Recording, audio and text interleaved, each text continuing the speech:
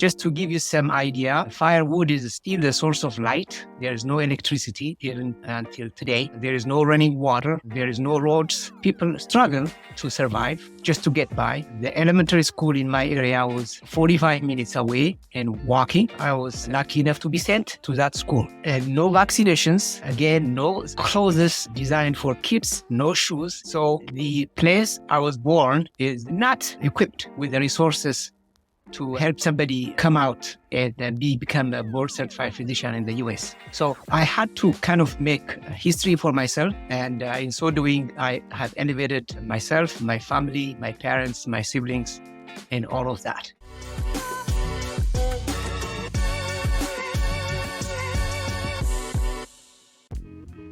Hey there, Health Feast listeners. Dr. Rock here, and welcome back. In a world where adversity often limits the bounds of human potential, one man's journey from a village with no electricity to the forefront of American medicine and lifestyle medicine redefines the very essence of possibility. Today on the Health Feast, Poe and I are super excited to welcome Dr. Gebre Nida. Gebre is a triple board certified endocrinologist now practicing in rural North Carolina. His early life in rural Ethiopia was marked by incredible challenges, which he ultimately overcame through the relentless pursuit of education. Now, Gebre applies his unique life experiences and his medical expertise to transform the health and lives of his patients through lifestyle medicine. Gebre is triple board certified in internal medicine, endocrinology, and lifestyle medicine. He practices both endocrinology and lifestyle medicine in Reidsville, North Carolina, a rural part of the state. On his profile page, you'll find numerous patient testimonials. Patients are frequently expressing deep gratitude for his care, describing him as a transformative figure in their health journey.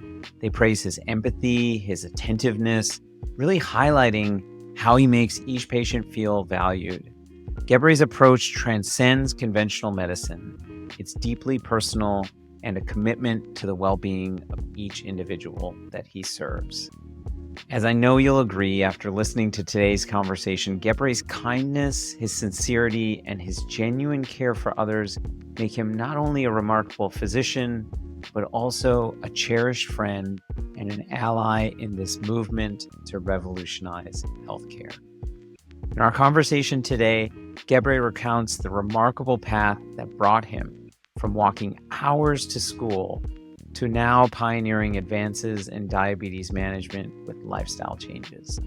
In our conversation, we also delve into the specific of Gebre's approach to medicine and how he empowers his patients to take control of their health in what he calls the power encounter. And we explore how he integrates lifestyle changes into his traditional medical treatments. Well, beyond his medical pursuits, Gebre's commitment to embodying his health principles is evidenced by his impressive running career.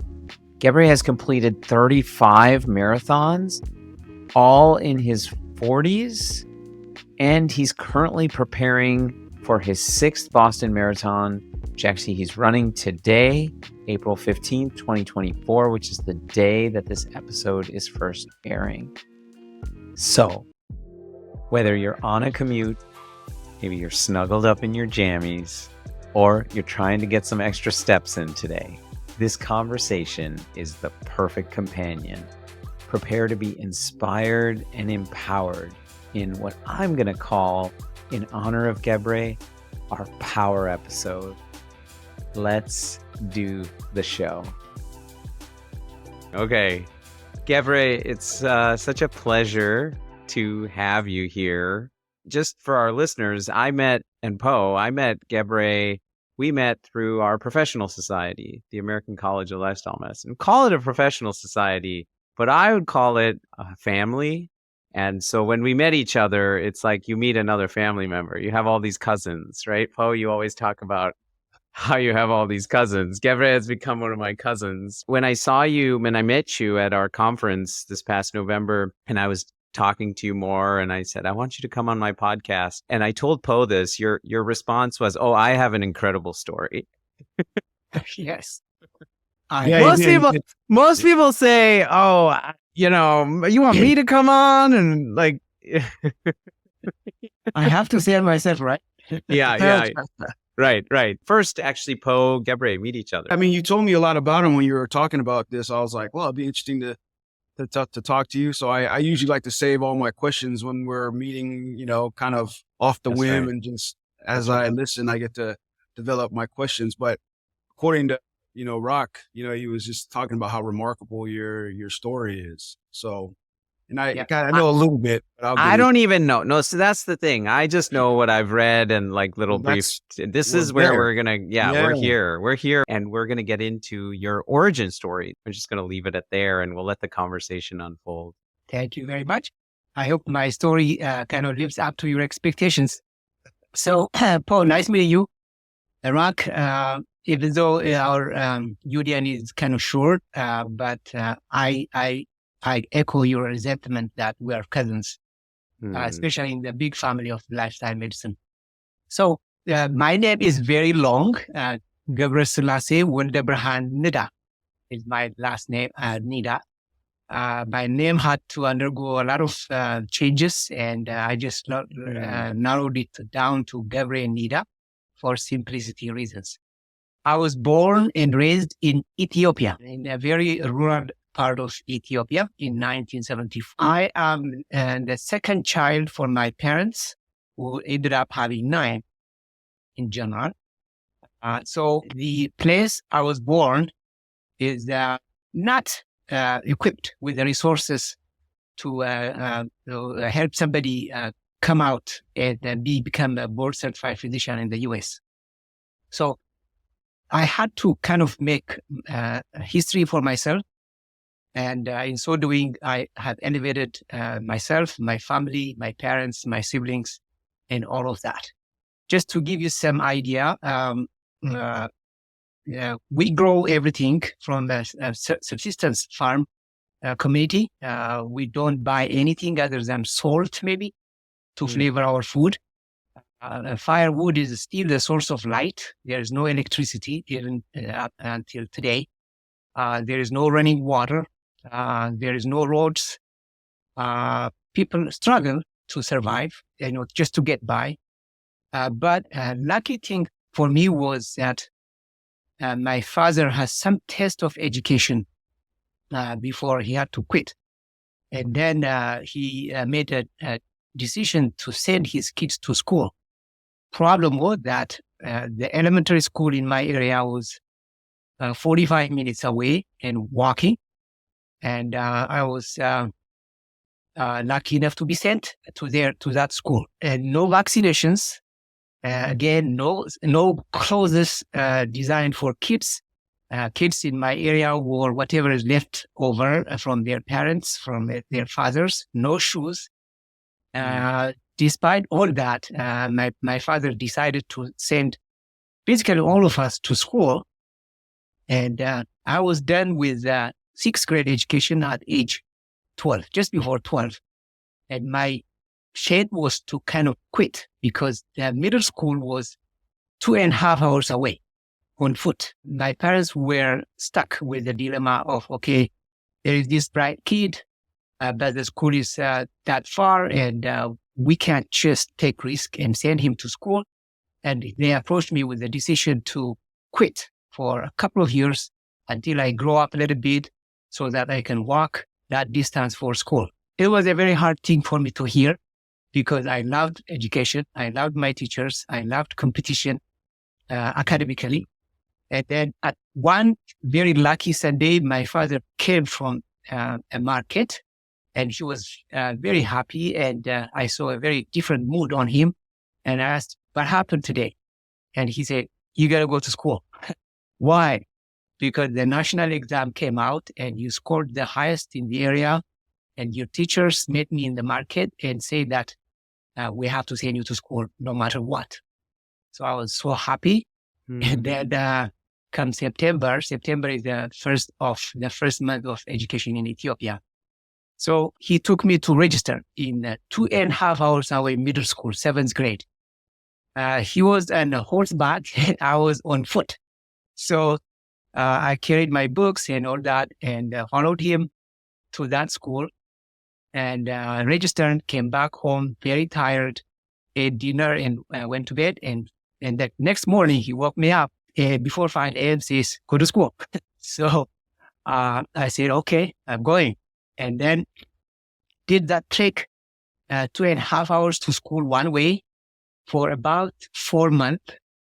And it was very, very hard because 5 hours of walking at age 12 and no time to eat, come home and kind of sleep and do the same thing the next week.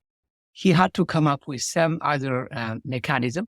And there was an aunt of mine who lived on the other direction, but 1.5 hours away from the school. And that was a better opportunity for me. And he took me to her. She said, yeah, well, come in. And then that cut the trek by an hour one way and still 3 hours a day. And I finished the year with her. And then 7th grade and 8th grade, one of my teachers heard my story and said, hey, I heard that you're coming from a very far away place. And then if you don't mind, I have a room also from a different area that I have rented a room. There is some space in that room. If you don't mind, sleep in my room and I will feed you and the school will be closer for you. I said, yes. Then I told my father, he said, this is the answer for my prayers. And then he let me live with him for 1 year and finished 8th grade. The problem after that was the high school was 5 hours away. So there was no way for me to walk that far. But then my father again, through those journeys, I continued to excel in my education. Still number one in the class. Education somehow came very easy, very handy for me. I scored one of the highest in 8th grade national exam. And by 8th grade, I was 13 years old, 13 years plus. And he said, oh, you're old enough now to walk 5 hours, but you will take a room and you come home and take food enough for a week or two at a time. We will also bring you some food, but you will stay there in Gebre, which is 5 hours away. And I said, yes, okay. And the journey was started. Again, I met lots of friends of teachers as well. And the community helping me with all of my, some of my needs.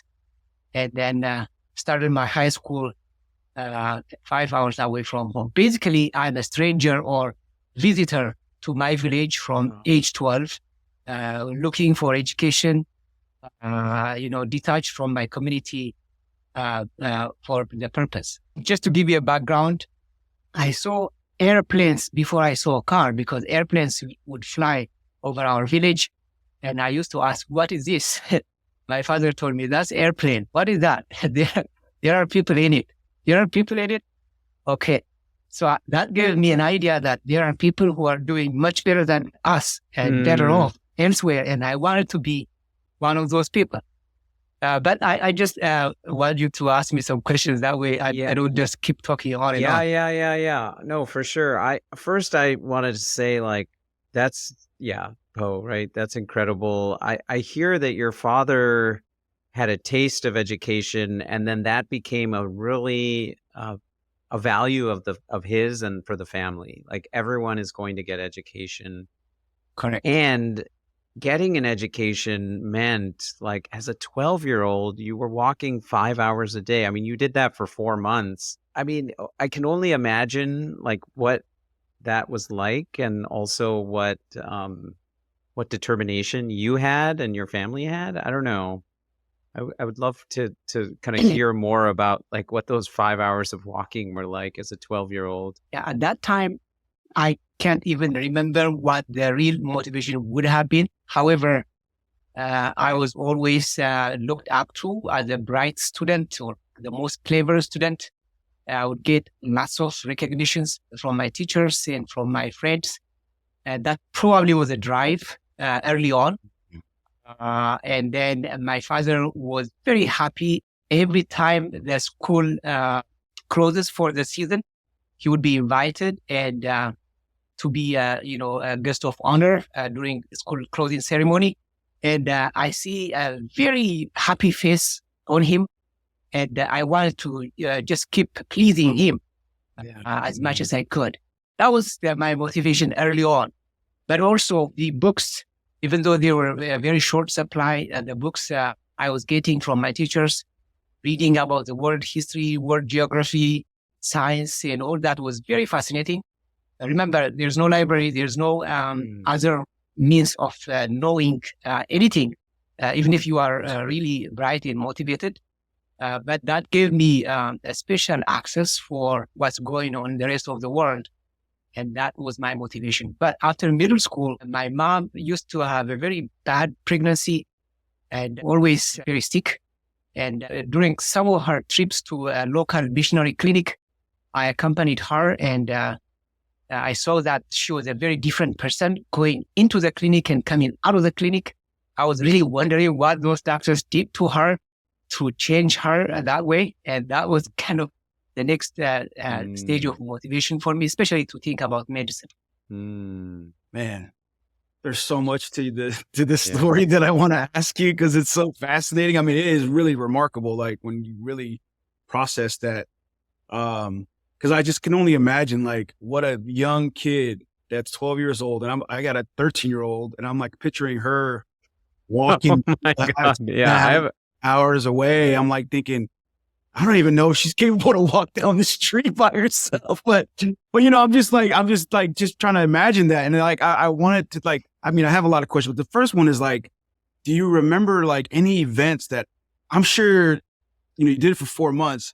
There was some crazy things happening in the streets, or, you know what I mean? Like, did you ever feel scared, because obviously we're talking about your motivations, but I'm also curious to like, man, like, did you ever, because, sometimes when you're focused on something, you disregard all the stuff that's happening around you. You're just so focused on whatever, like you were trying to get to school because you loved going to school. Right. Yeah. But it's like, were there any events like during that process where you're like, man, I almost got hit by, or something happened, I almost got hurt, or, like, was there any stuff like that happening to you, like during those times? I don't know if you remember any, but I do. Okay. I do remember. There were a bunch of scary moments. I know Rag had some questions too. No. I want to, no, that's what I want to know. Yeah. So, during that time, nobody has a watch. Yeah. So a bunch of times I miscalculated the time and start to walk to school in the moonlight and too early. And a few times I encountered wild animals. Most specifically, I remember was hyenas several times, because it's too early. The hyenas running after the morning back to their den, and then they encounter people randomly. A bunch of times I was alone walking, and I saw hyenas. The good thing is hyenas are not interested in people, and if you see the hyena first, they can hide and then let it pass. That's a bunch of encounters like that. The other thing is in the treks that you make, there are lots of rivers, and sometimes the rivers get full, or rainwater becomes difficult to pass the river. And I really got scared a couple of times to not to be washed away by that. And a few other times we had to walk through dark times. And then that was also scary, especially, you have hours to walk before you get home. The other times carrying food, like cooked food on your back, going through a herd of monkeys. They want the food, they want to snatch the food unless you have a good stick on the other hand, and then a very good grip on your food on the other hand. I had to pass through a herd of monkeys a couple of times. I lose some food every now and then. If you are many of you walking, that doesn't happen. But if you are alone, those are scary moments. I can mention a few others, but those are that's all part of it, because that leads me into my next question. Like, I don't know if you can recall or remember back then, but did you ever during those journeys, and even when you get into high school, maybe you can recall in high school, like, did you ever think you end up where you're at now? Like, did you envision yourself Yeah.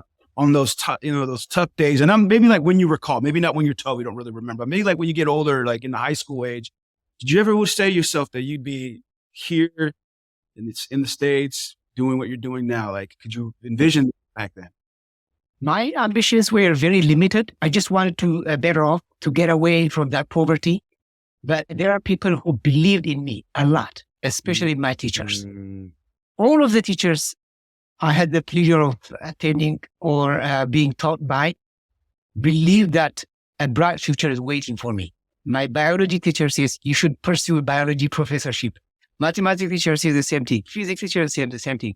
So in high school, that's where kind of my motive and ambitions kind of get formed. Yeah. And I always wanted something hard, long, and difficult. And there were a few role models from the town that my high school was. And they were a few medical students. During their vacation time, walking the streets, they were getting the prestige of the public.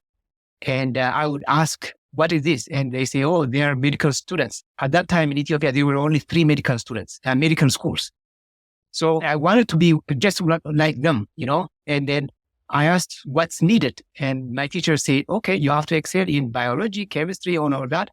And I gave myself only plan A, no plan B, because plan B was, back to the utter poverty, dark, unknown motive and all that.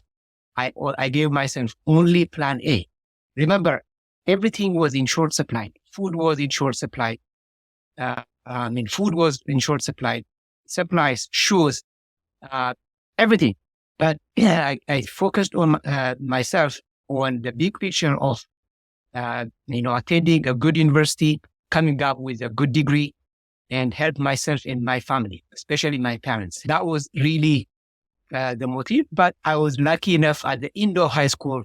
I scored very well and won a scholarship directly to medical school from high school. Wow. I was just thinking about all the people that you said that sort of saw something in you. Like, what do you think that was? Like, was it just the fact that you were just really bright in class? Like, it just seems like in your journey of getting to school, you had your aunt that took you in, saw something in you, saw the potential. Then your teacher saw you, took you in. Were you sort of like this driven young kid that like was just excelling at school? Everybody saw this in you. Like, is this something that what was it about you that made everybody so like supportive? Because it sounded like without these people giving you these opportunities, it would have been a lot harder, Exactly. I guess. To my delight and luck, everybody knew that I was dealing with hardships. I was coming from 5 hours away and still do very well in school. So, and then they haven't seen me doing anything bad, I guess. And then I was looking for something current, something new.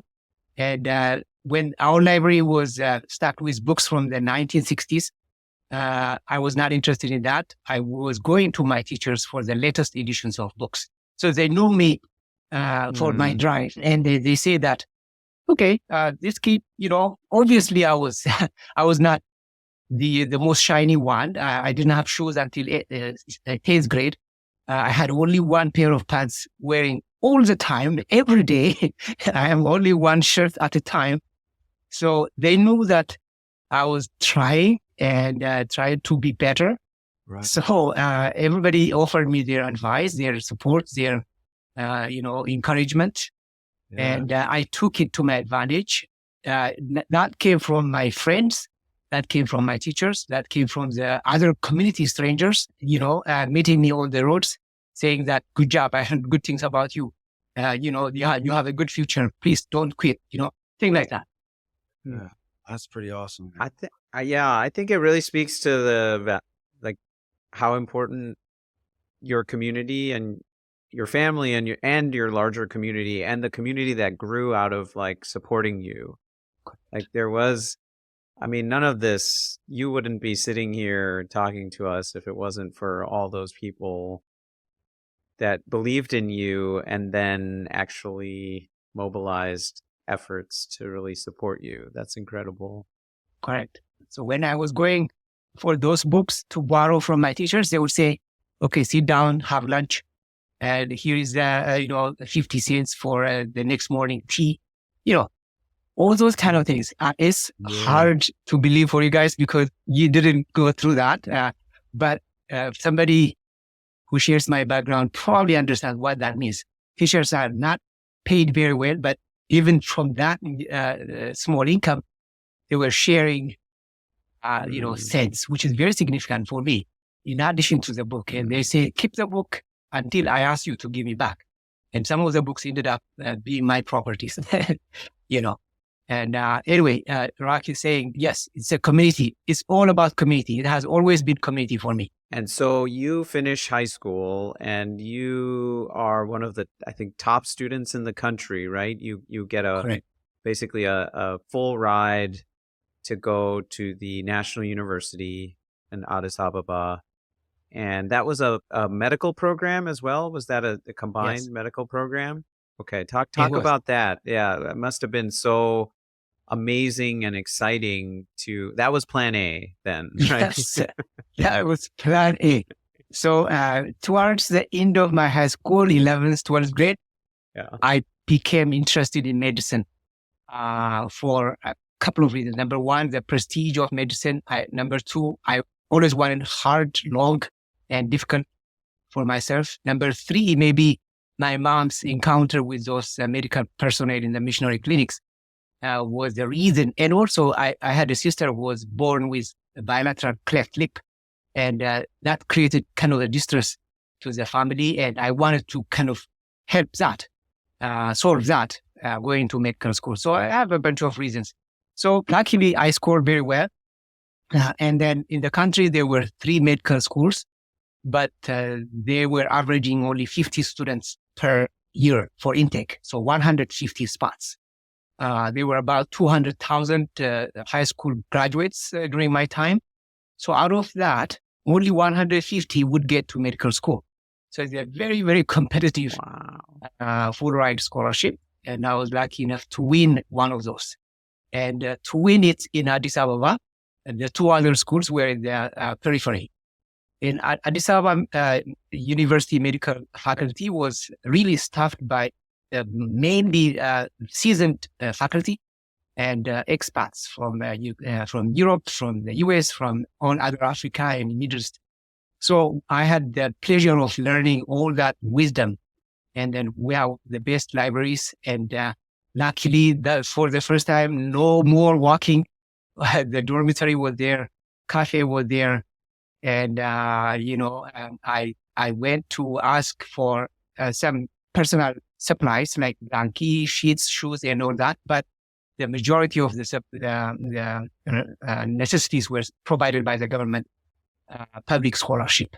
So that helped me a very good platform to excel and exploit my potential. And I did very, very well in medical school as well. Finished top 3 in the class. And then I was approached to remain in the colleges to educate the future medical professionals. I agreed that the journey in medical school was so exciting that I had a chance to explore deeper in medicine. That's, and my love in biology, my love for chemistry and everything came to fruition. And I realized my dream of becoming an MD for, a vast geography of in my area. I was the first one, still the first one that many people look up to and become a good example for those kids. And now I can say that there are a bunch of young people who never met me, but heard my story and did their best to come out of that area and really helping the community in many ways than I can imagine. I'm sure you have more questions on that. Yeah, I do. Po, you want to? Oh no, I just want to so say that's like, that's like I can only imagine, like if I heard that story, that is you're definitely setting the standard, like what it takes to sort of, get to that point, man. Like, I mean, I think back to like when I was in college and I was like, stressed about my class load. or something. Like I had too many classes. Yeah. And to put it in perspective, like everything else was taken care of, right? I didn't have to worry about anything. Like, one, your story is remarkable, but I think it's important. Like I'm going to tell my kids about your story. Seriously, he didn't have shoes until he was in the 10th grade. Like, you do really need an extra pair yeah. I mean, I just want to apply like that sort of, did you even realize that was like when you were like, obviously either walking to school or were you just in this mindset, like, this is what it takes to pursue your passion? Obviously you were really bright as a young man and everybody saw that potential in you, but how much of that journey contributes to how you approach life now? Okay. Great question. So, at any point in that journey, I was really content or confident that I would make it. There was always some concern that I may go back to my poverty, That's why I made by no plan B. Yeah. So only plan A. And until I graduated high school, there was always some concern that I may be disqualified or dismissed for something. That was a big thing, even though my grades were very high, very secure as far as graduation. But, that was never comforting to me. So I kept working hard until the last day of medical school. And we had 1 year of internship. Again, during that internship also, make sure outstanding assessment by all of my professors at the end of the medical school. Anyway.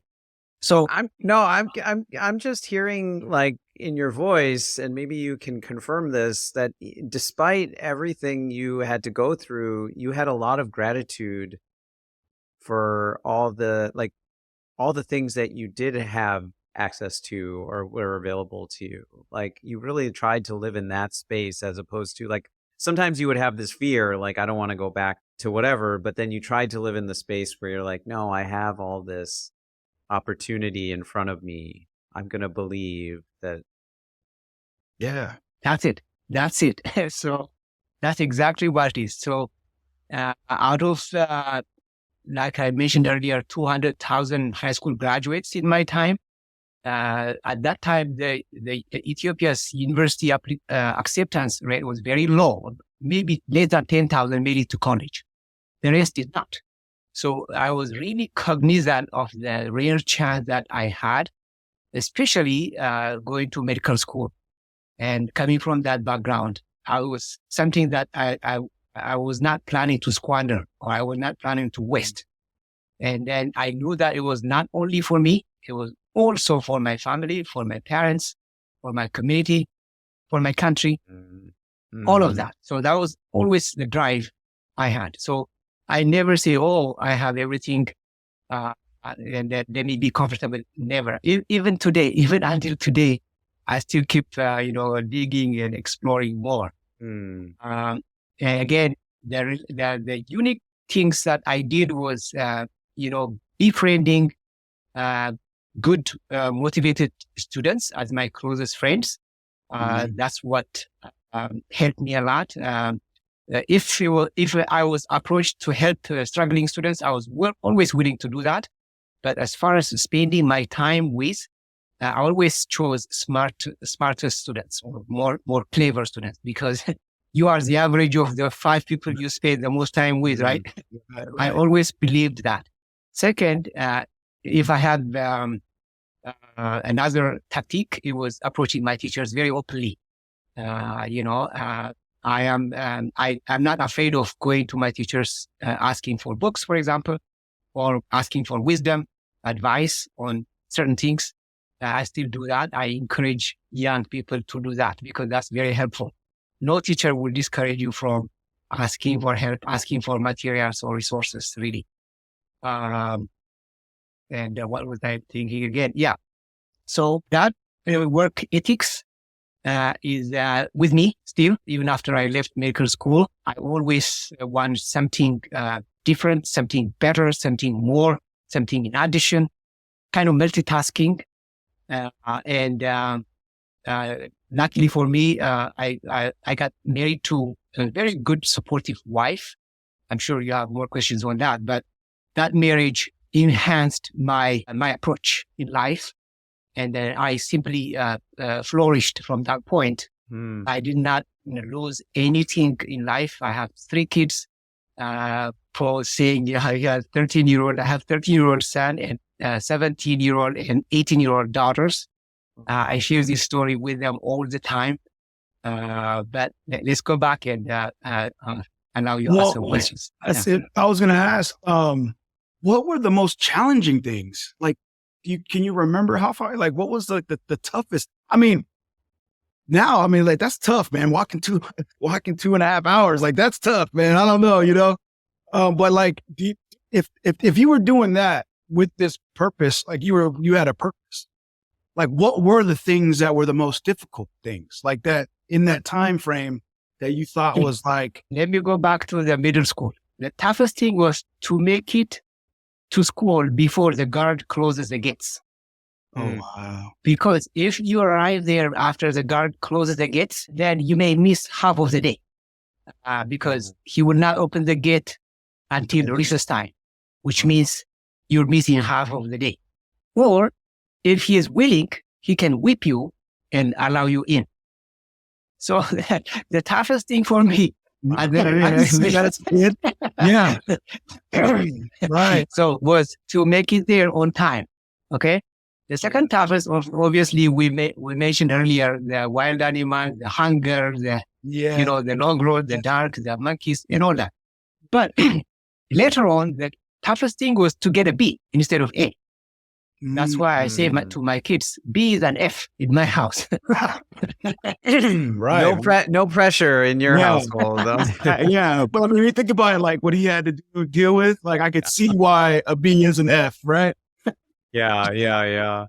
There, we can get to that, but I wonder, do your kids have a hard time like living up to, I mean, you're just like the story. I mean, people tell these stories of how they walked uphill in the snow with no shoes. Right.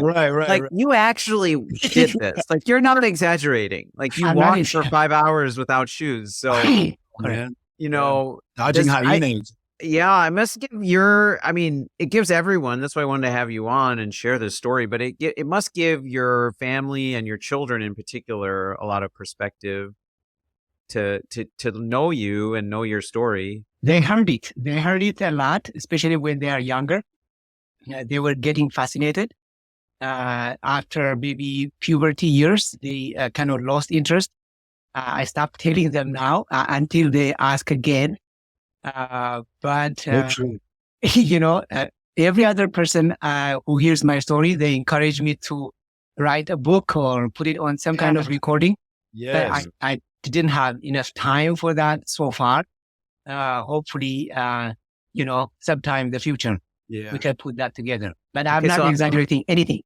So you were at the university, you were teaching medical students, you were faculty, probably taking care of patients. And then how did coming here happen? Okay. So I don't know if you guys know about the DV lottery or diversity visa lottery. The US gives out to certain countries who don't send 50,000 people per year to the US. So Ethiopia is was one of them. And then my girlfriend, now my wife, applied for that visa. And then we won it as a couple in 2001 edition. Wow. And that after serving for 2 years after graduation in Ethiopia, it was a very, very hard decision, kind of mixed feeling, leaving all that and come to the US. But what are the odds of getting that? Like how? Oh, very, very, very, very small odds. Millions of people apply for those visas, and maybe 2,000, 3,000 people win it. But if you win it, your family or your beneficiaries accompany you. Wow. So it was a very, very rare chance to win that visa lottery. Remember, this comes with a ready-made green card, work permit, and all that. All you have to do is be willing to work under the laws of the US, and you don't have to deal with work authorization, hustling. Yeah, right. That. But for me, coming with an MD degree and with ambition, even though it took about 2 years to clear the USMLE exams, I was able to finish all that and join postgrad studies in Michigan for my residency and fellowship. That's right. And that was in internal medicine or Yes, I did residency in internal medicine and fellowship in endocrinology, diabetes, and metabolism in the same program at Wayne State University. That's right. That's right. You are a endocrinologist, so you're a specialist in hormones of the body and metabolic disorders, diabetes in particular. I'm actually curious, like you trained in the same system I trained in, which is this American medical system. We don't get education on changing lifestyle habits. And, often Poe and I will have guests on and there's like this clear through line in their childhood, like, oh, their family was really foundational in setting up healthy habits. You, on the other hand, like often didn't have access to food. So I don't know, like what was the conversation around health like when you were growing up? Because there was probably so many other pressing like needs, right, that health wasn't probably even a topic of consideration. Correct. So, coming from that background really helps me get a different lens to the American medicine. Back home, people mostly die of infectious diseases or accidents, things like that.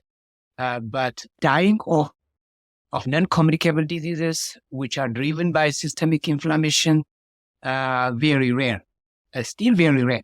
So the reason why I was interested in internal medicine here was that, okay, maybe there is a chance to help people achieve healthier lives instead of dealing with sick care, right?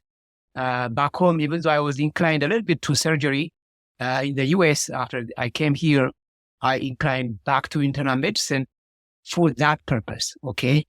Preventive care instead of, the tertiary care. But Rak, you mentioned that I was immediately conflicted by what I saw in the medical practice in the US.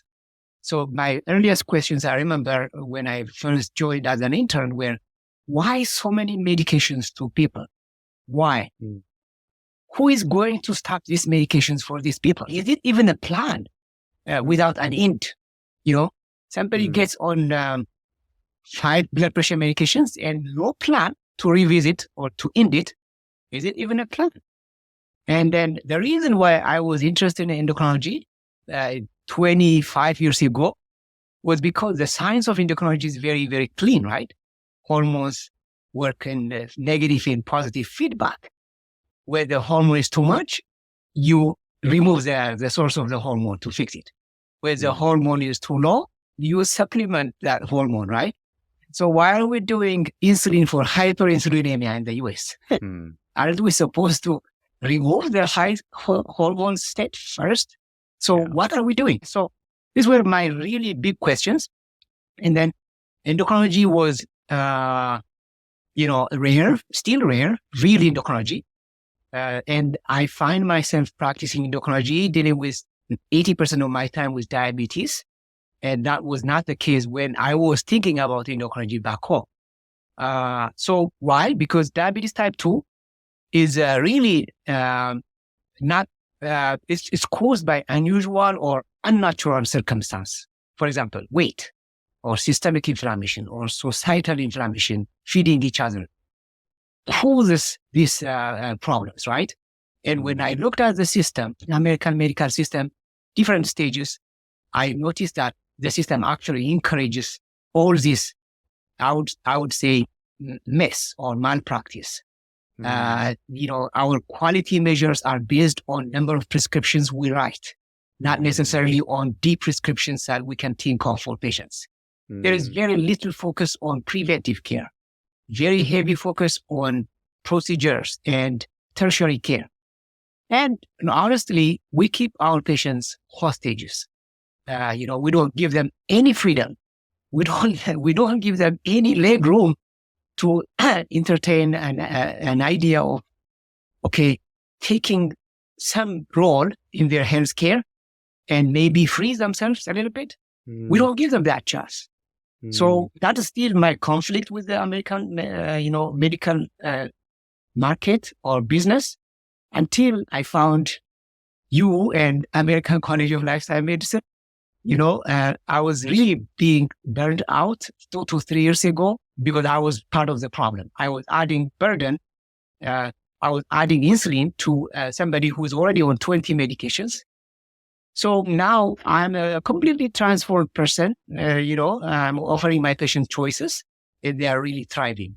Your questions. So, no. I have a question. A question. Yeah. Well, I'm still wondering, I know you kind of said it, but I'm still wondering, like, when did you go from like, sort of your basic needs being met to then this idea that, we should be focusing on health? Because you said even when you got to medical school, there was this quick recognition that nobody is really focusing on health, right? And people are focusing on prescriptions, and it's so true. Like, we get so much curriculum on medications, and there's a lot of history behind that. Actually, pharmaceutical companies are deeply involved in setting medical school curriculum and things like that, and very little education on nutrition. And you knew somehow deep inside of you that, this isn't the way I want to practice. Where did that knowing come from? Or like, what was it? Was there some specific experience you had where you saw how, maybe in your, in your family? No, luckily, I don't have a very tragic family history. However, I have high cholesterol myself. I was really shocked when I saw that, but immediately figured out why that was happening. And then I tried different things early on, including the statin medications I could not tolerate because of arthralgias. But then if you look at my profile between the first time and now, you would think it's not the same person. My genetics did not change. I did not go on medication. Only lifestyle factors transformed that. So, again, yes, in my journey, even though my ground is focused on fulfilling the necessities in life, like food, drinks, shelter, and clothes, after I fulfilled that, I immediately transformed as a person to do something good for the public, for my friends, for my family, while doing well, right? In medicine, we do well. That's a very known fact. But while doing well, you can still do public good in medicine. So back home, we encounter patients with fractured femur. We fix it and say goodbye. You see patients with maybe a laceration from a work accident or fight. You fix it and say goodbye. I haven't seen coronary artery disease or type 2 diabetes, which lingers in the patient's house forever. Right? Again, environmental factors could be the reason, or simply we don't have the burden of chronic disease, which is driven by systemic inflammation back home. In the US, through the years, even during the training of residency and fellowship, I was observing why an average 50-year-old American are taking 50 medications or 20 medications. And why no one is really sitting down to revisit and revise those medications for them and give them a chance to take over, their health in their own hands. The first thing that fascinated me when I came to the US was every house has a kitchen, and the kitchen has fire right there, gas right there, water right there. Back home, we don't have any designated cooking place, right? You have to bring firewood from the forest. You have to bring water from 30 minutes away from a creek. You have to dig potatoes from the garden. You have to make a makeshift kitchen, fix and eat, right? In the US, nobody has to travel that kind of distance to get water. Fire and gas are coming to the house. State-of-the-art kitchen everybody has, but we detach from cooking. We didn't tell our patients, our public, hey, by the way, you can create hells in your kitchen. So we are hiding that information from our patients, so to speak. Instead, we're giving them, a bunch of medications after medication after medication. So I was guilty being part of that, adding more burden, especially more expensive insulin, more expensive, weekly medications to my patients. So I was burning out, like I said earlier. I was burning out from that. Now, I'm not the same person. For the last 2 years, I'm giving my patients this education and this option. And like I said earlier, a bunch of them are already benefiting from it, and that keeps me going. Yeah. Yeah. So Po, at the conference this past year, Gebre you had a poster, and I was almost like in disbelief, right? He's presented 40 patients with diabetes. And 45, 45 patients with diabetes. And if I remember correctly, their initial hemoglobin A1C, so their average blood sugar was 10.5, like 10.5, right? And so 3 months after your intervention, which I want you to tell us about, which is really like key to this, that it went down by more than 3 points, right? 3.5 points. Yeah. You got it. Yeah. And which is amazing. I mean, if a drug did that, no drug does that. That's more effective than any medication we have. But you did that. Actually, in the process, you were deprescribing medications. You were getting people off insulin, and their numbers were dropping. Correct. And so when we sort of dug into it, you were like, it was a 10 to 15 minute visit that I had with them. Yeah. And then I kind of sent them on their way. Yes. Which makes it even more, I almost want you to, let's say we're in that 10-minute visit with you now. Like, because I asked you that at the time, and you said, what did you call it? You said it's like power encounter. Power encounter. So Po, in medicine, we call our visits encounters. That's how, like in the charts, they're all called encounters. And Gebre told me, he said, it's my 10-minute power encounter. So what is happening in that 10 minutes that's changing people's lives? Really, like they're coming out a different person. They must be, if they're going home and making all these changes. So before I knew about American College of Lifestyle Medicine, I was pretty much clueless. I was doing, my best in my mind. I was following guidelines. I was adding this medication after that one, after class exhaustion and all that.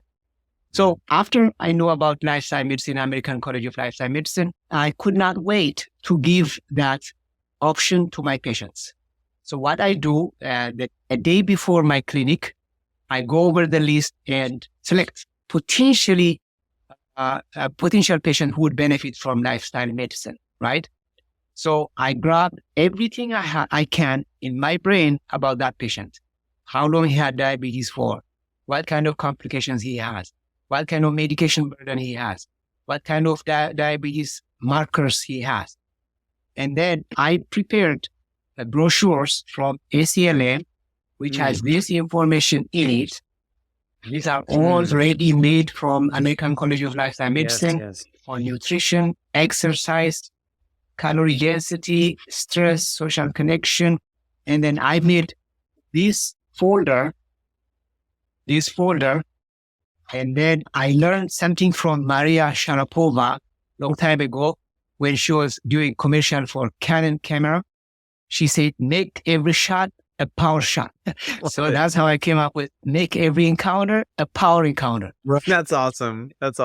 So after my traditional 15, 20 minutes of endocrine consult, I tell my patients, hey, by the way, if you want to come off of medications, if you want to have the clearest option to manage your diabetes, something better. Do you want to hear it? If they say yes, I open this, and in 15 minutes, 10 to 15 minutes, I go over these brochures and give them the folder and tell them that please take it out of the car because this is very valuable. This is my own clinic investment. And then I tell them to bring it back at every single visit. That way we can revisit whatever is missing. So to my delight, This is a very rural setup. My clinic is one of in very rural North Carolina. But these people are never informed that soda can worsen their diabetes. That's what it is. They can eat their apple. They are growing apples. Some of them, they are growing vegetables. They don't eat them. So my job is to keep it simple, bring it back to the basics, and tell them unbiased, the right information I learned from ACLM, and give them this, and they take it. They do it. Now I have 150 patients. The first 45 cohort that you saw at the ACLM conference, that was kind of a proof of concept for me to convince my system. Hey, by the way, there is this thing which will save people from, complications, which saves the system from expenses, which really gives patients the power to take over their health in their own hands. And I'm getting a lot of support from my system. That so far it's not a lifestyle medicine practice yet. It's a 1 or 2 month show. But this needs to be rolled out to the population health, and we are on the right track. But that's it. A1C dropped from more than 3 points. LDL dropped by 60 points. They have average weight loss of 26 pounds between 2 visits. And it is very effective. And I'm really, really excited for future, more larger publication. Yeah. Do you ever get any resistance? Like when you rolled it out, were there any resistance to it? And then number 2, my second question to that is, how come this is not rolled out more? Me and Rock talk about this. Why is there so much resistance from like the medical institution in itself? They don't offer this as an option. Like, why is it? A number of reasons. Number 1, Rock said earlier, there is education gap. Not everyone, for example, out of 1 million physicians in the US, maybe 2,000, 3,000 are in the ACLM. Wow. Do the math. So a lot of the workforce in America is not informed properly about lifestyle medicine. Second, it takes time.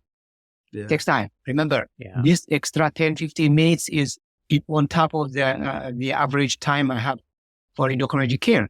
So nobody has that kind of time. That's why I use Power Encounter to make the case going through the patient's brain into finding out why their purpose, why the care, why they need to change, why they have to trust me, shifting their priorities. They know how to live, they know how to eat, but why they should trust me, in this journey.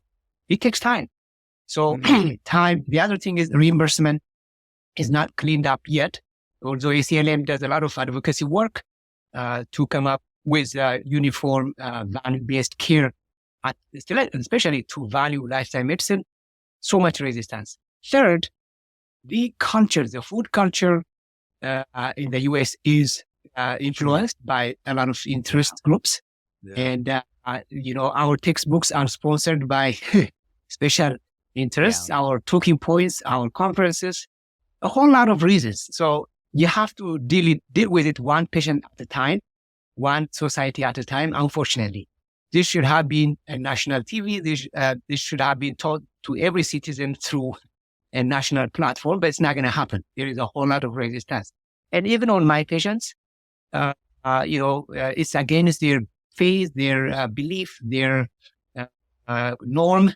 And a few patients reject it, but I don't force them. I don't waste a lot of time on those. But that's why I say, are you willing to hear it? If they say yes, then this is an option for them. Yeah, I heard that when you were talking about the encounter. Well, one, you look at your clinic list, and so you're surveying, like thinking, like who might be open to this change and like maybe ready for this change. Like you don't know for sure. I'm sure sometimes you ask someone and they're not. But to your point, I think if you had the time, you would offer this to everyone. It requires time. So you're selecting people now, and probably like, I'm sure I'm not your patient, but I can just guess they feel they trust you. They feel very connected with you. Like from the start, they have a very probably good feeling about, wow, this is coming from a very loving place, right? because you asked them the question, do you want something better? And I remember earlier in the conversation, you said, I feel like the current system is keeping people hostage. And so in doing so, you're like freeing them, and you tell them that too. You're like, I have the golden ticket. You know, I won a lottery to come to the US. You can win a lottery to reverse your diabetes. If you want this folder, which, you know, and it's this coveted folder. Yes. I love that too. You're like, keep it very carefully. I spent clinic funds on this. And so now I'm hearing it like those are the pieces, like they have to realize this is something very valuable that he's sharing with me because he loves me. Correct. Yeah. Correct. Yeah. So I tell them, if you are alive today, then you have a chance to shape the quality and the length of your future life. Life is precious, right? So I tell them, I ask them, what's the most important thing for you to drive from this clinic today? What are your priorities? What's your favorite drink? If I offer you a medication to address diabetes, high blood pressure, high cholesterol, weight, would you take it? By the way, if you make any decision, I'm here to work with you at any level, anytime. So these are the things they want to hear. And they, of course, connection is very, very important. But I have to present myself that as a concerned physician. I select those patients based on their medication burden. Okay.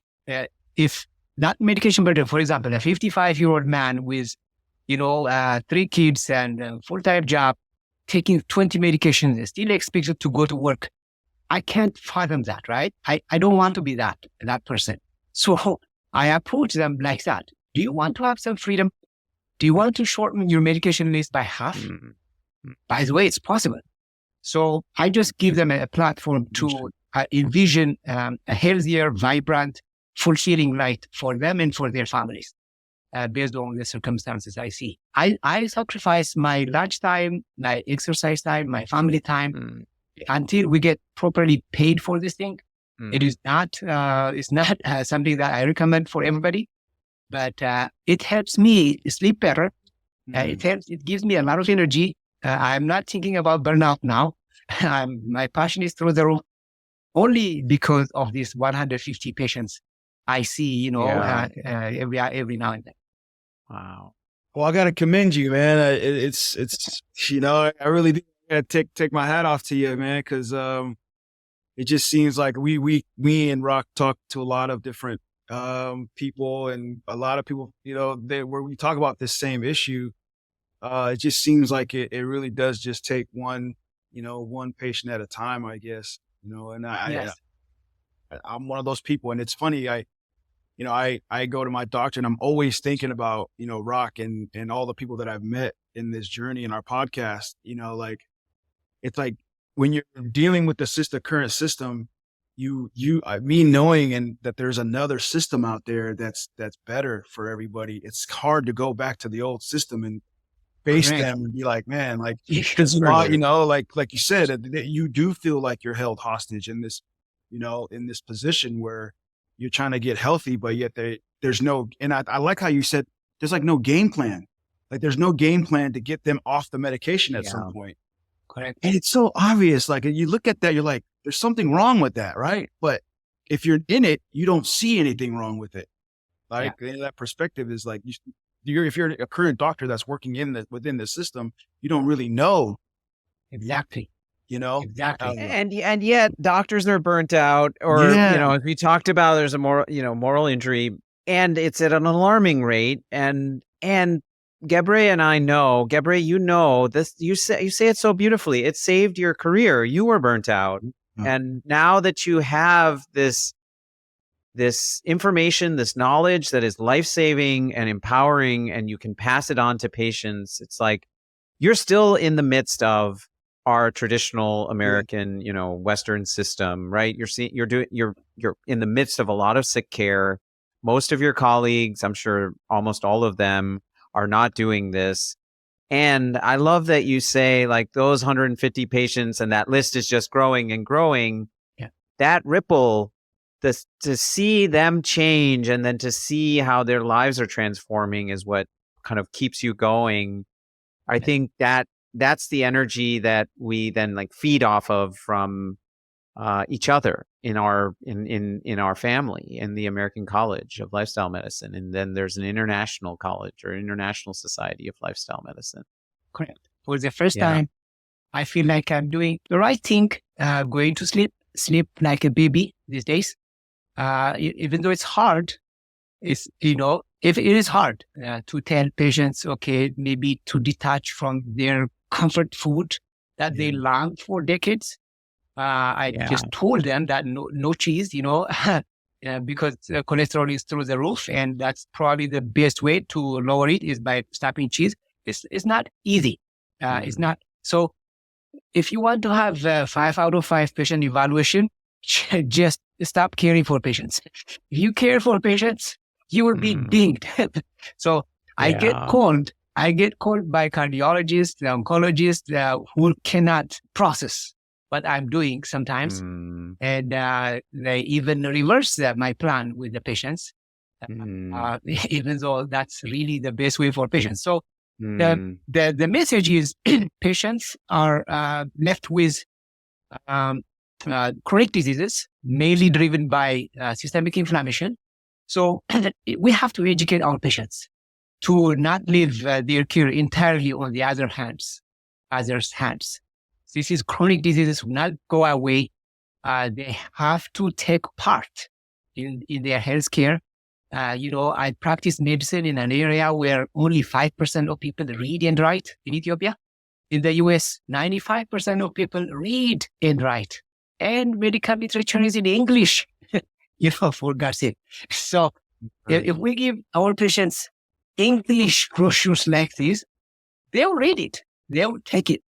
So the message is, okay, don't trust this greedy system for your healthcare. You have very deadly chronic conditions you are walking around with, which can kill you anytime, which can stroke you anytime.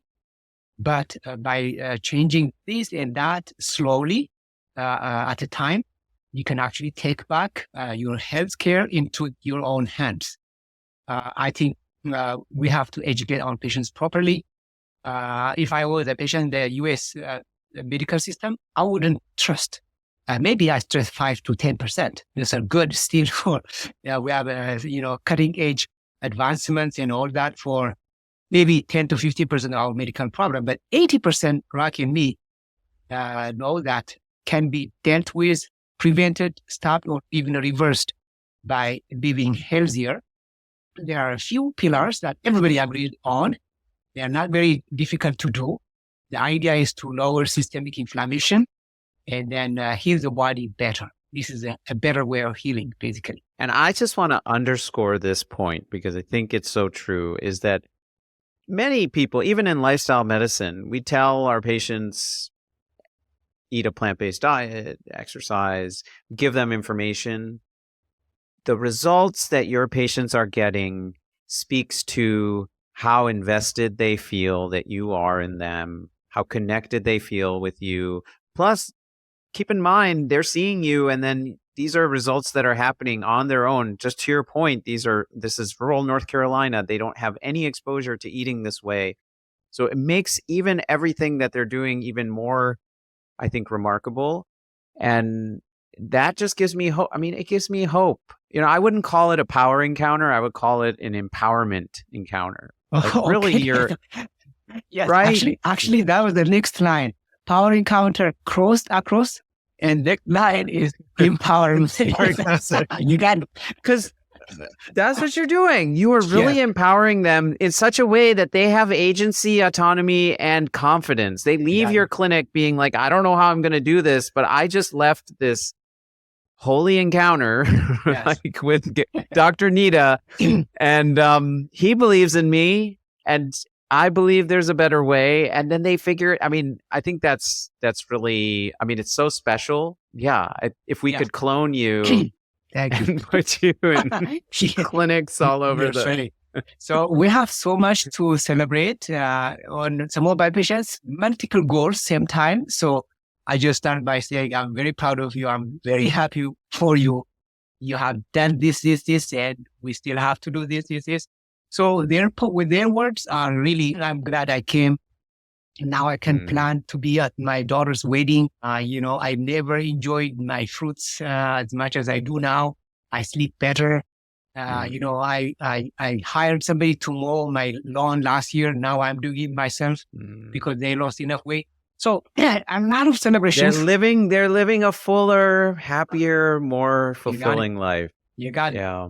So the question is how to pitch this to, our peers, to value it. And of course, the first thing to do is roll it out to as many patients, as many of our communities as possible. Like I said, in medicine, we can do good while doing well.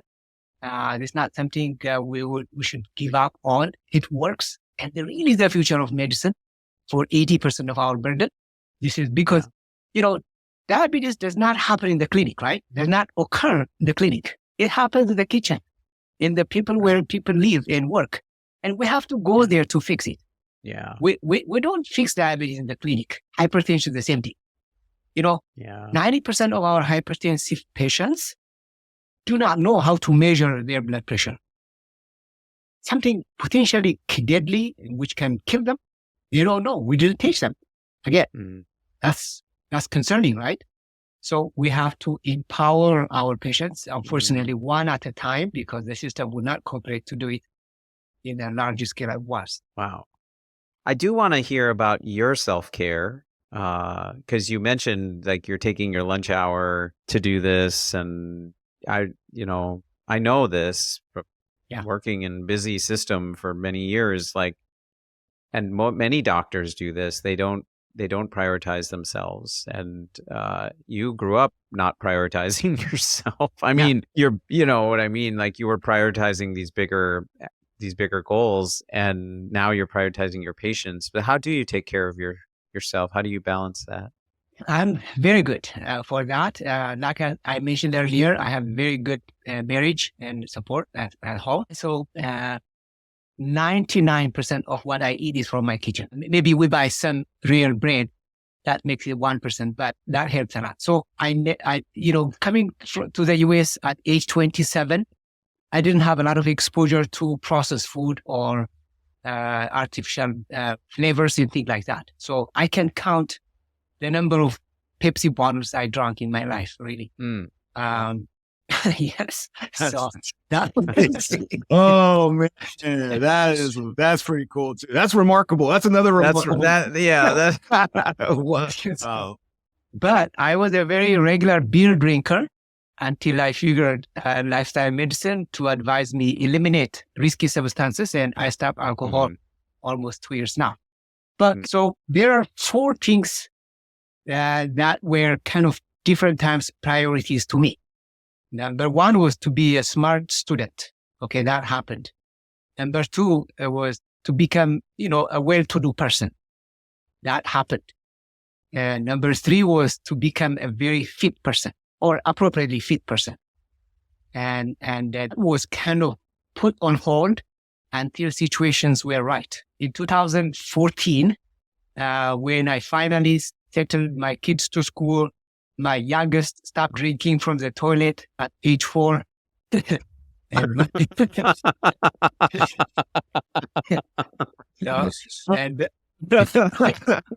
and then my wife... Listen, it prevents allergies. It prevents allergies. You got it. So and my wife had a job. So I had some time left in my hands. And I had to make a decision whether to watch CNN and spend time on Facebook and arguing with people, or do something other than that. And it was a very decision for me. I started to run out of my house and come back. So that was 2014. So at the beginning, it was very hard. I was not finishing a mile. I'm sure Rod is interested to hear about running story coming. So that kind of made me feel very bad. If you can't finish a mile at age 39 running, it's a sign of aging. So it was not acceptable to me. So I kept working on it. I suddenly started to finish that mile. and a mile became 2 miles. Oh, before that, my wife was a regular walker, and around that time, she was walking faster than me, and I could not catch up with her. A couple of times I said, "Please go ahead, leave me alone," and I was too slow for her. But that time availability in my hands, a little bit of time, gave me a chance to fulfill my third priority, to be a fit person. I never gave up. So that mile became 2 miles, 2 miles became 3 miles. And then after 2 years of running, I started to race in the local 5K, 10K. And at one point I ran a half marathon, and, I finished it. Felt very good. I placed number 3 overall. And I say, okay, now I'm reversing aging, baby. And long story short, in the last, 10 years, I did 33 marathons. On all of them, I qualified for Boston. All of them. 33. Oh, man. Yeah. So I qualified for Boston on the first one. I ran Boston for 5 times, still racing. Wow. So my regimen was kind of messy at the beginning. I was running 4, 5, 6 times a week. That was creating a little bit of hurricane in the house. I'm a chief dishwasher in the house. So I said, okay, I have to narrow down and say, I will run 3 days a week, and I'm home at 4 days a week. And my wife was in agreement with that. But I made those 3 runs a week a power run. Like the shortest is 9 miles and the longest is 20 miles. So I maintained 35 to 40 miles a week. And then I run 4 or 5 marathons a year. That's my regimen, kind of HIIT, high intensity interval training. That keeps you going. The rest of the week, I use it for recovery, to help the family, my kids, and my wife. This is a very good regimen. I eat very well. I eat a lot. I eat a lot of potatoes, by the way. I eat 6 pounds of food every day. If you know what that means. A lot of it's fruit. Yeah.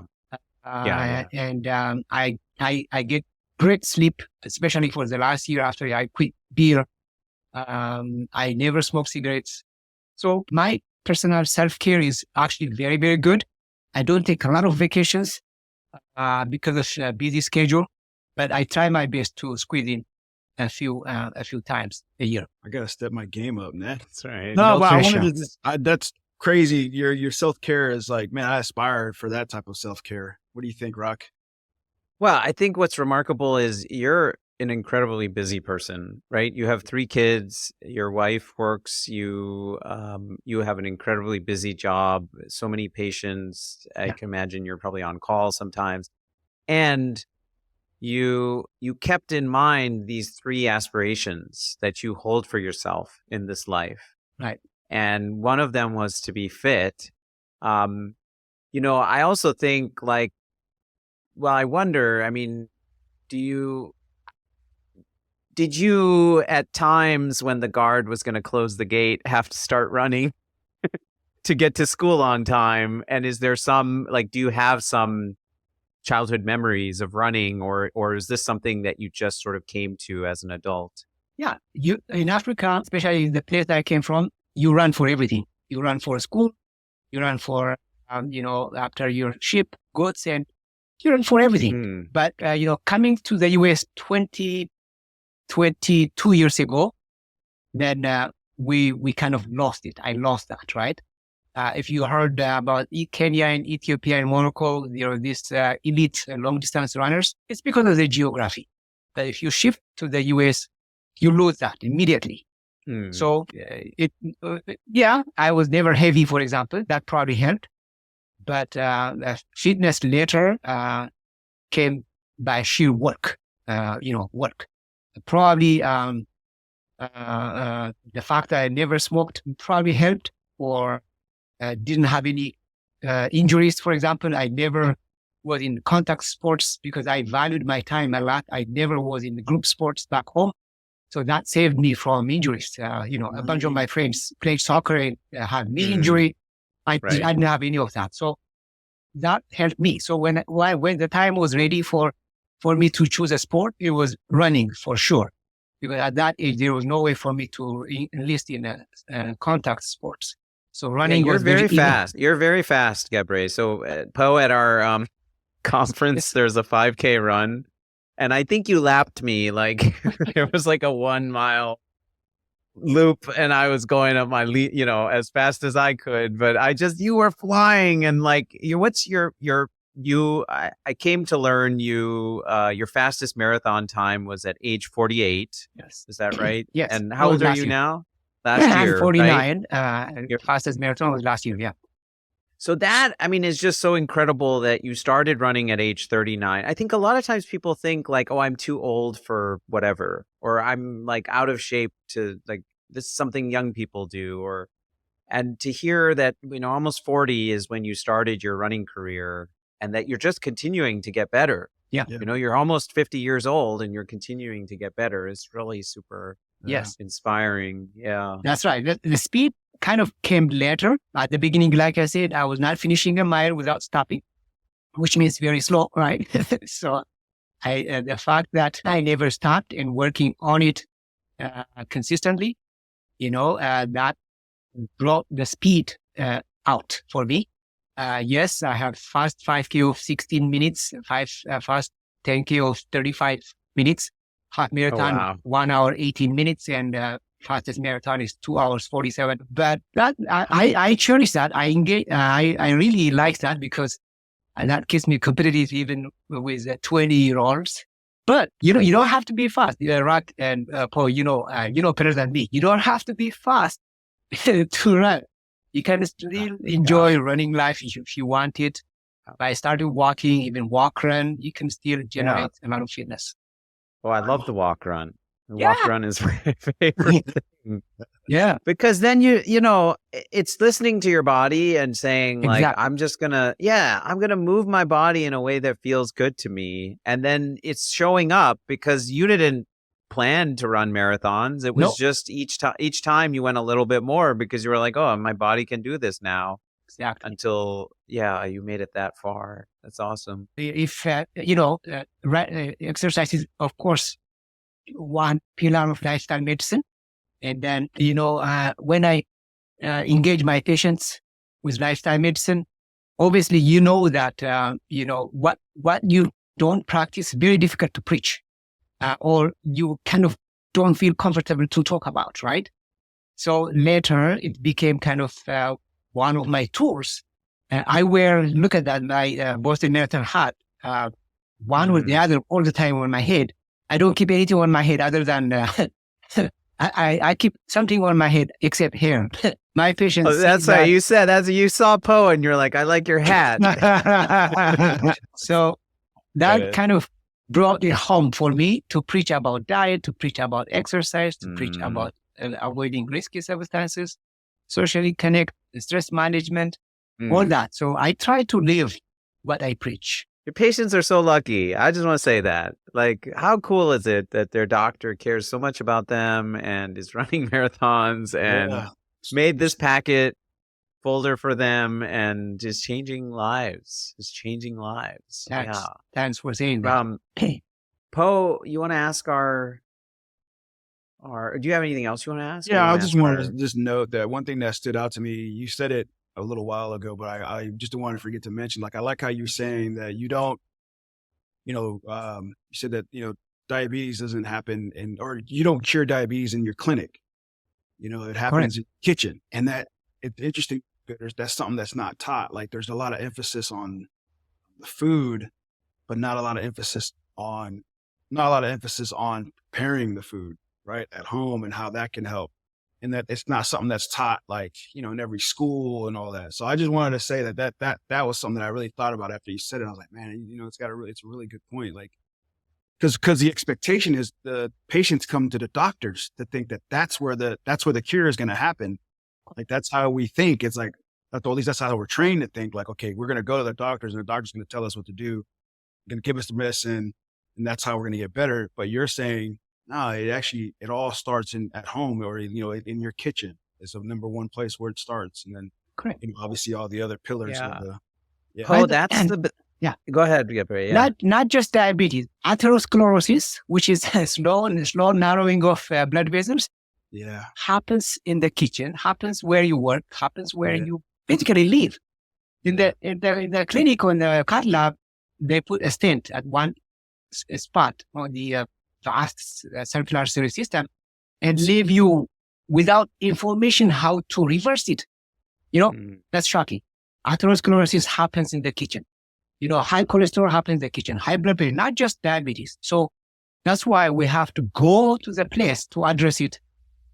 By the way, we have very good information now. The advancements in molecular biology, the advancements in, our science and all these therapeutic armaments we have. There have never been a better time in medicine than now. It's just that we didn't connect it with the right place, the right people. We apply it in the wrong place, maybe for a wrong purpose. That's why we're not, we don't have anything to show for it. We're spending a lot of money, $4 trillion in the US. But again, for a fraction of that money, with the right information delivered to the right person, the right place, we can achieve actually a higher value for our dollars and relieve the society of this burden, not just diabetes. But, these things are not very difficult to do, lower inflammation. Because, Rock, you remember when we were in medical school, the saying was, if you know tuberculosis, you know medicine.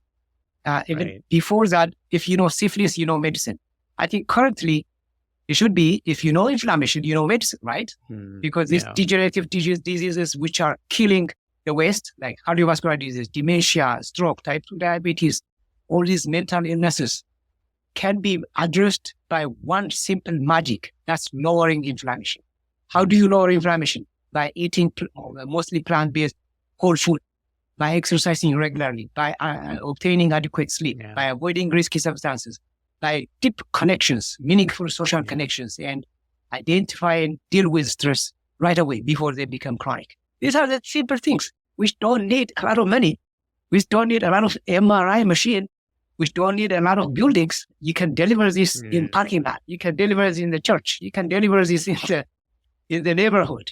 And then these are very, very powerful resources. Wow. Well, you give us hope, Gebre. I think there is hope, right? Yeah. Because I say that especially because you work in a very busy, fee for service standard kind of, I don't know if it's fee for service, but like a standard medical system. And like you are still pushing for what is right, what is best for people a little bit in the crevices, but those cracks are starting to become bigger, right? And I heard you say it. You're just like, now it's a one man, and then you said 2-man show. So maybe there's someone else who's doing this. I have a dietitian who believes the same thing. You met Penny. She was with me. I did meet her. That's right. So it's a 2-man sport. We still need multidisciplinary care. Right. But that's how these things start. Correct. And these things take time. And wow, it's really incredible that you're doing this work, and I'm really grateful that we got to have this conversation.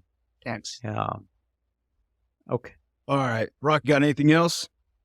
I don't have anything else except our final question, Poe. Go ahead. So usually, thank you for coming to our podcast, which is the Health Feast. And we usually ask all our guests, if you were coming to our Health Feast, what would you bring? And that could be your philosophy, any type of, advice that you have for anybody that you can have for our audience. But what would you be bringing to the Health Feast? Thank you, Rock and Paul. I really enjoyed it. I had a blast of my life here talking to you. And this opportunity is rare.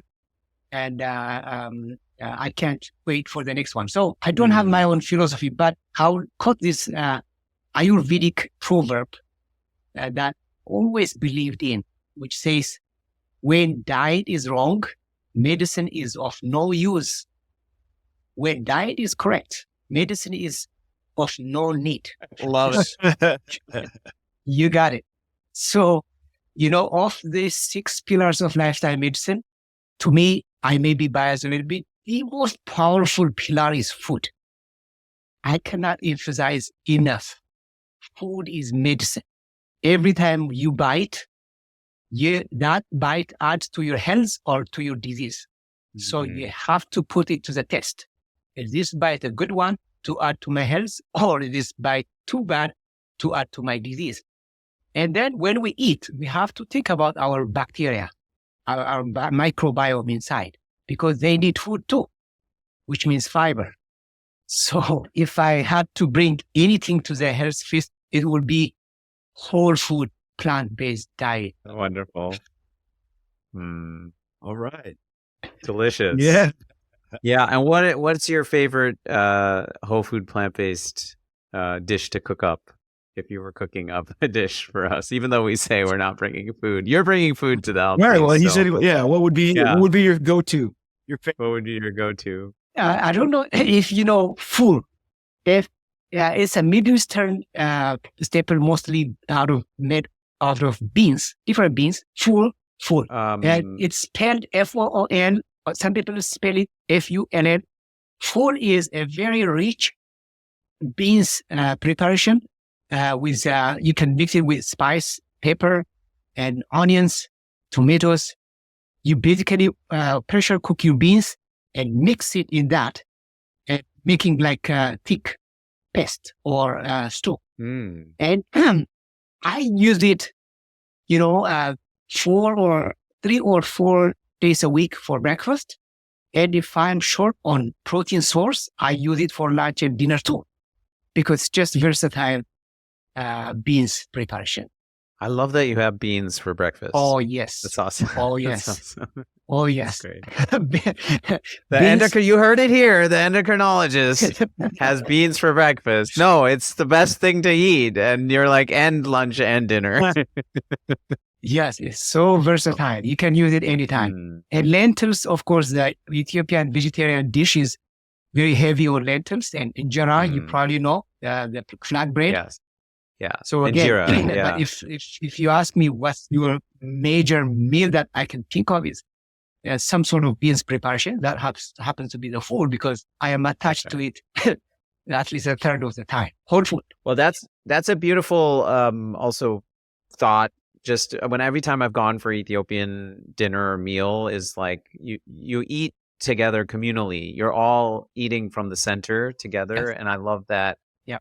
The idea of the feast or the meal bringing everyone together, which is really cool. Yeah. Okay. Well, I want to echo what Poe said. This was incredible conversation. We learned so much, and I'm feeling so inspired by you. I already was, but like knowing all that you're doing now and what drives you is just remarkable. It's really what the world needs. So thank you. Thank you very much. I cannot thank you enough. This is a great opportunity, and I'm sure we'll meet again in Orlando, ACLA. Orlando. And Paul, you're coming? Yeah, I was talking. Oh, yes. I think he should. I don't know. We're gonna. Yeah, I think we should. Okay, I think great. we should. It's We in the might works. do some In the works. We might do some interviewing while we're there. Yes. We'll Yes. see. I can't wait to meet you in person. Okay. Thank you All so right. much. All right. Thank you, everyone, for listening. You can visit us at thehealthfeast.com. Gebre, we do our final fist bump up to the camera. That's it. Boom. Thank you. And we'll see you all here back at the Health Feast next time.